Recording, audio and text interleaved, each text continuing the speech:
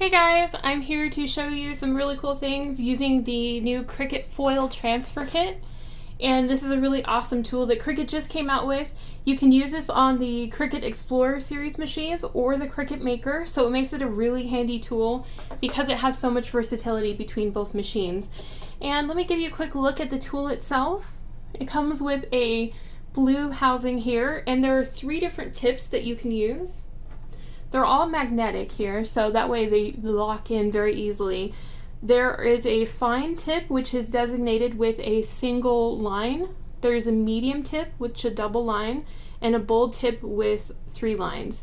So for this project, we're going to make some really quick and cute earrings. You can find this project inside Cricut's Design Space library, and it's one of their sample projects, and it requires a couple pieces of faux leather, and I'm going to use a standard grip mat for this, and then you'll just need some foil. So the foil, this comes in the foil transfer kit.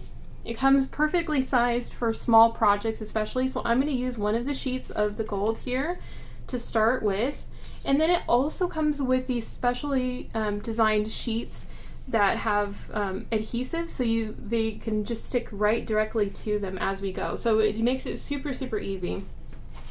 So I'm loading in the first one, and what I'm going to do is, the first thing, I have to make sure I have the right tip in for this, so we're going to use the fine tip. So I'm looking for the one with the single line, and then I'm just going to press the top of this, insert it in, ready to go. Just drop this in and close it. So that is ready to go, and I'm going to move this out of the way just so I can show you how I apply this. So it's very easy to apply. You just have to keep one thing in mind when you're doing it, which is you want to make sure that when you're applying this that you keep the foil taut on there. So normally when you're cutting faux leather, you're cutting it upside down.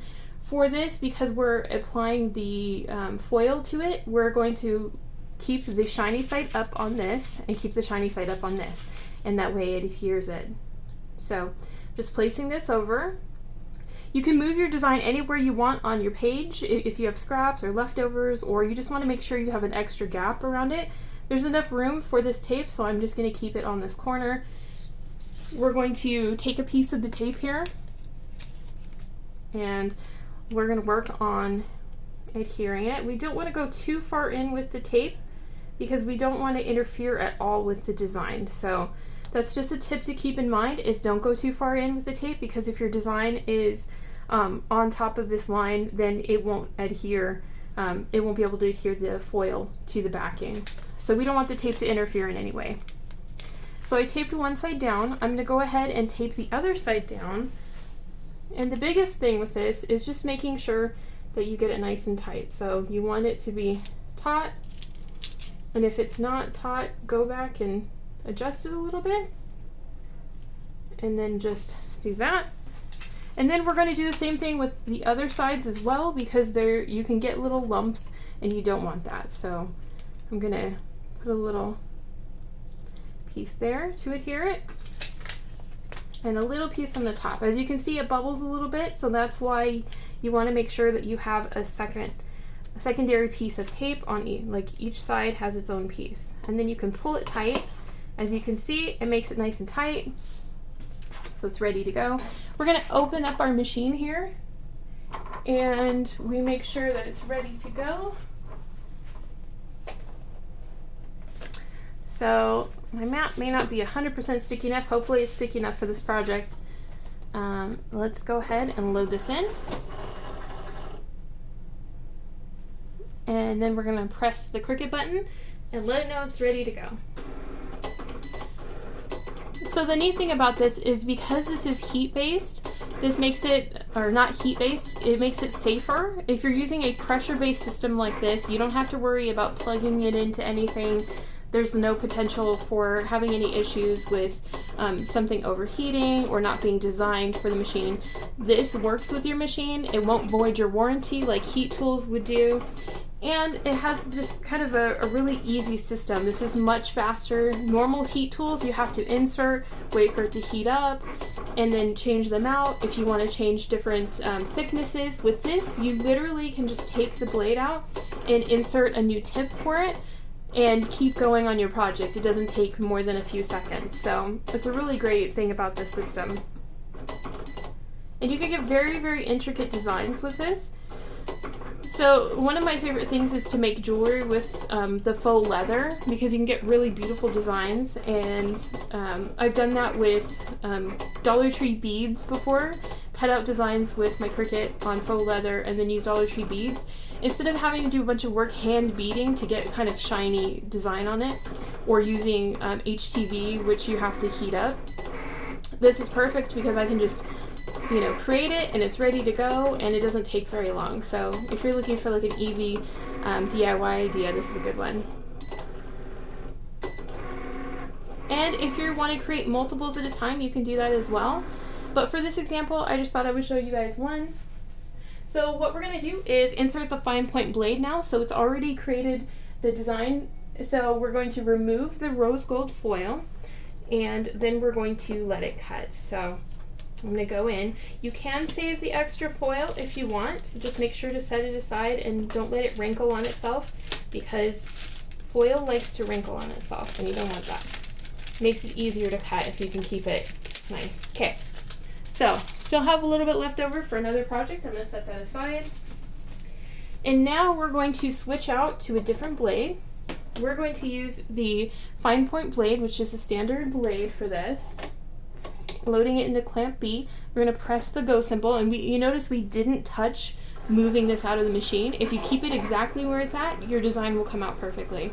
You don't want to undo it from where it's at.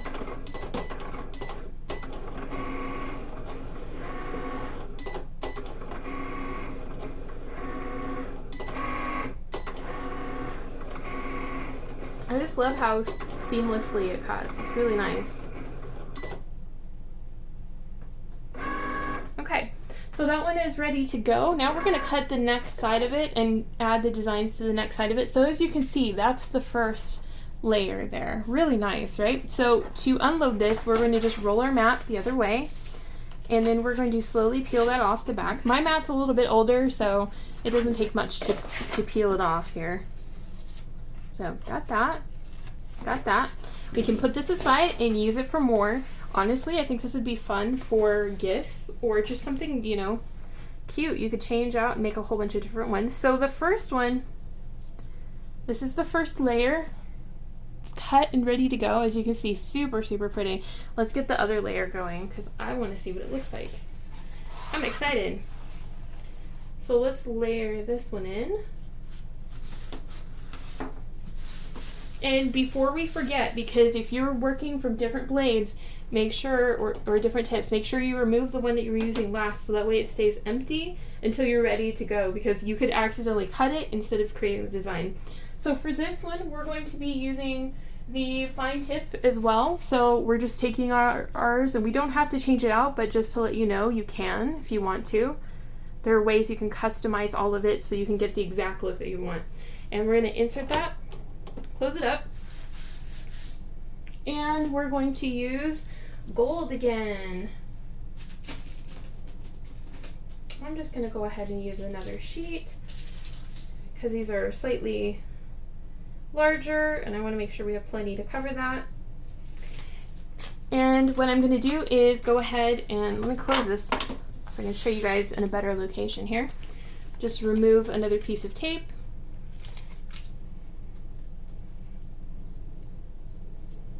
And as we were talking about earlier, just make sure that when you're working with this, or shall I do it this way? Make sure that when you're working with this that you don't go too far in, because you don't want to disrupt your pattern.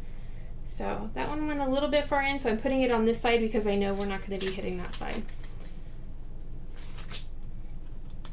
Don't worry about making a mistake, guys. This is, you know, part of the learning process. Honestly, it only took me a couple of tries to really get the system down, and then I was ready to go. So you guys will be ready to go right away. I would just try some test projects on paper, and then like cardstock, and then you can try you know, the more expensive materials. I always do it that way, so that way I get used to the process first. Okay, we're on the last sticker here. We're just gonna pull that a little bit, make sure we can get that as nice and taut as possible. And we're going to open up our machine. And the material is set to faux leather. We have the blade in, it's taped down. So all we have to do is just load this in. And then we're going to press the Cricut symbol for it to go.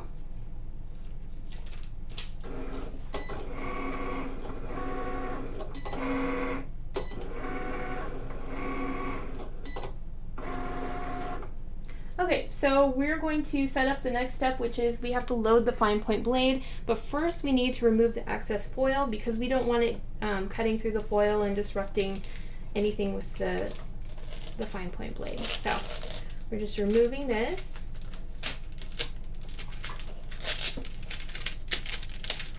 Perfect. Set that aside for another project. And we're going to remove this tip here. Put in our fine point blade, drop that in, ready to go.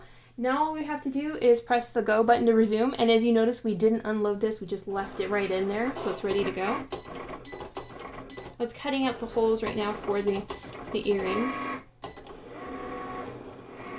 And then just cutting the earrings out themselves.